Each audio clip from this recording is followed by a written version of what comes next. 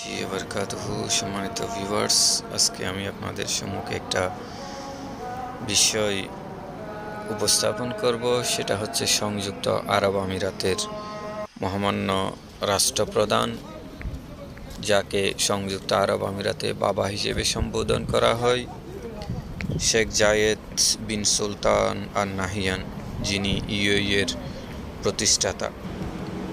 এই যেটা দেখতে পাচ্ছেন আপনারা, সেটা হচ্ছে ওনার বাসস্থান, যেটাকে বর্তমানে সংযুক্ত আরব আমিরাতে ন্যাশনাল মিউজিয়াম হিসেবে রাখা হয়েছে, যাতে দর্শনার্থীরা সেই ইতিহাসগুলো জানতে পারে।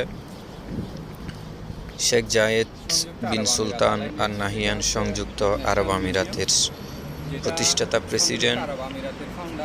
উনি 1946 সালে আলাইন শহরে শাসক হন।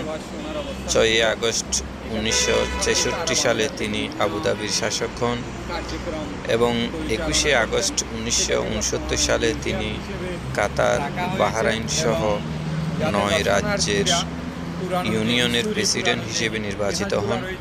2রা ডিসেম্বর 1971 সালে তিনি ইউএইয়ের প্রেসিডেন্ট হিসেবে নির্বাচিত হন এবং তিনি শেষ নিঃশ্বাস ত্যাগ করা পর্যন্ত সংযুক্ত আরব আমিরাতের প্রেসিডেন্টের দায়িত্ব পালন করেন।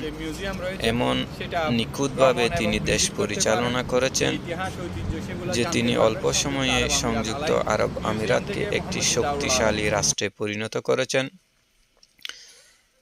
তাহার এমন দক্ষতা বিশ্বের মধ্যে সংযুক্ত আরব আমিরাতকে একটা শক্তিশালী রাষ্ট্র হিসেবে পরিণত করেছে।